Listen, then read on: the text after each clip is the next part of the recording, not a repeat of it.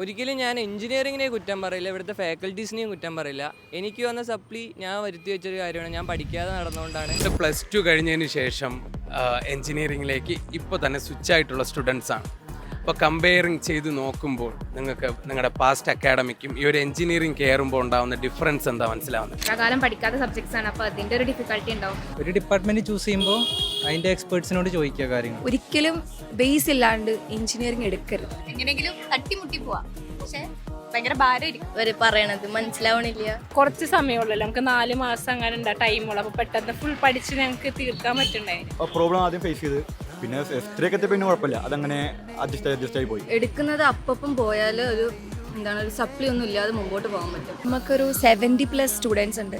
അപ്പോൾ ഇത്രയും പേരെ പേഴ്സണൽ കെയർ ചെയ്ത് മനസ്സിലാക്കി കൊണ്ടുപോകാൻ അവർക്ക് ബുദ്ധിമുട്ടായിരിക്കും, അത് നമ്മൾ മനസ്സിലാക്കണം. എഞ്ചിനീയറിംഗ് സ്വന്തമായിട്ട് പഠിച്ചെടുക്കാം with help of YouTube or Franklin lectures എന്തെങ്കിലും ഒന്നുണ്ടെങ്കിൽ പഠിച്ചെടുക്കാൻ സിമ്പിളാണ്.